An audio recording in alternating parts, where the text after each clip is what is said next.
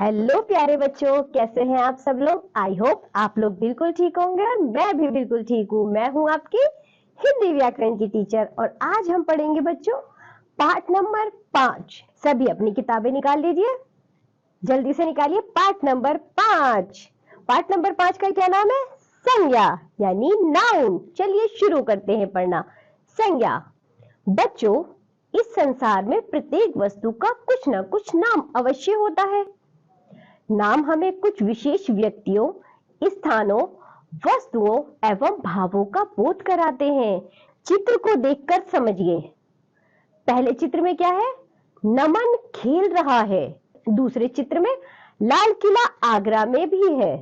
तीसरी तस्वीर में बच्चों कार सड़क पर दौड़ रही है। रमन के दादाजी बूढ़े हैं। तो बच्चों हमने 4 तस्वीरें पढ़ी और उनके वाक्य पढ़े। विशेष। किसी भी प्राणी, वस्तु, स्थान व भाव के नाम को संज्ञा कहते हैं, जैसा कि हमने इन चित्रों में भी पढ़ा। चलिए देखते हैं कैसे। चित्रों के नीचे दिए गए वाक्यों से हमें ज्ञात होता है कि नमन व रमन व्यक्तियों के, लाल किला इमारत का, आगरा स्थान का, कार वस्तु का व बूढ़े अवस्था का नाम है। इस प्रकार ऐसे ही नाम संज्ञा कहलाते हैं। चलिए अब पढ़ते हैं बच्चों संज्ञा के प्रकार। संज्ञा के 3 भेद होते हैं। कौन कौन से? व्यक्तिवाचक संज्ञा, जातिवाचक संज्ञा, भाववाचक संज्ञा। सबसे पहले पढ़ेंगे हम व्यक्तिवाचक संज्ञा। चलिए देखिए व्यक्तिवाचक संज्ञा। भाषा में कुछ नाम किसी विशेष व्यक्ति, स्थान, प्राणी, जंतु, स्थान आदि का बोध कराते हैं। जैसे बच्चों यहाँ कुछ तस्वीरें दी गई हैं, उन्हें देखिए। एपीजे अब्दुल कलाम महान वैज्ञानिक थे। चार मीनार हैदराबाद में है। मेरे कुत्ते का नाम शेरू है। विशेष। किसी निश्चित प्राणी, वस्तु, स्थान आदि के नाम का बोध कराने वाले शब्दों को व्यक्तिवाचक संज्ञा कहते हैं। चित्रों के नीचे दिए गए वाक्यों में प्रयुक्त रंगीन शब्दों से हमें ज्ञात होता है कि वे एक निश्चित व्यक्ति, वस्तु, स्थान एवं प्राणी के नाम हैं। अतः इन्हीं नामों को व्यक्तिवाचक संज्ञा कहते हैं। देखा बच्चों, व्यक्तिवाचक संज्ञा क्या होती है? विशेष।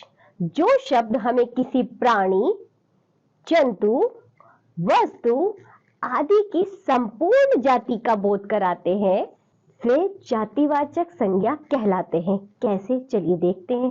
कुछ शब्द ऐसे होते हैं जो हमें व्यक्ति, प्राणी, वस्तु की संपूर्ण जाति का बोध कराते हैं। जैसे बच्चों यहाँ कुछ तस्वीरें दी गई, आप इसे देखिए। घोड़ा तेज दौड़ता है। आजकल टेलीविजन बहुत सस्ते हैं। लड़की विद्यालय जा रही है। हमने यहाँ 3 वाक्य पढ़े। अब देखते हैं ये कैसे संपूर्ण जाति का बोध कराते हैं।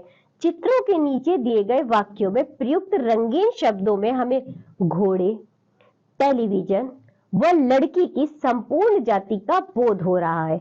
अतः यही शब्द जातिवाचक संज्ञा कहलाते हैं। बच्चों कौन कौन से होते हैं जातिवाचक?